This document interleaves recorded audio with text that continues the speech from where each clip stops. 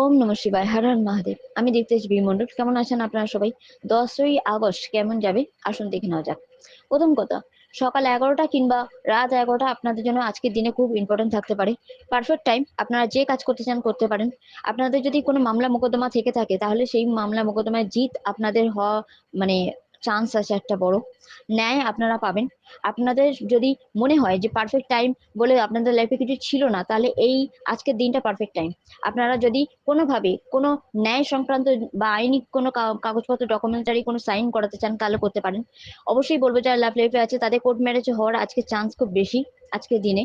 আর সম্ভবত পড়াশোনায় যারা ল ফিল্ডে আছেন তারা অবশ্যই দেখবেন যে আপনাদের পড়াশোনা খুব ভালো হবে, আপনাদের কেরিয়ার লাইফটাও ভালো চলবে আজকে।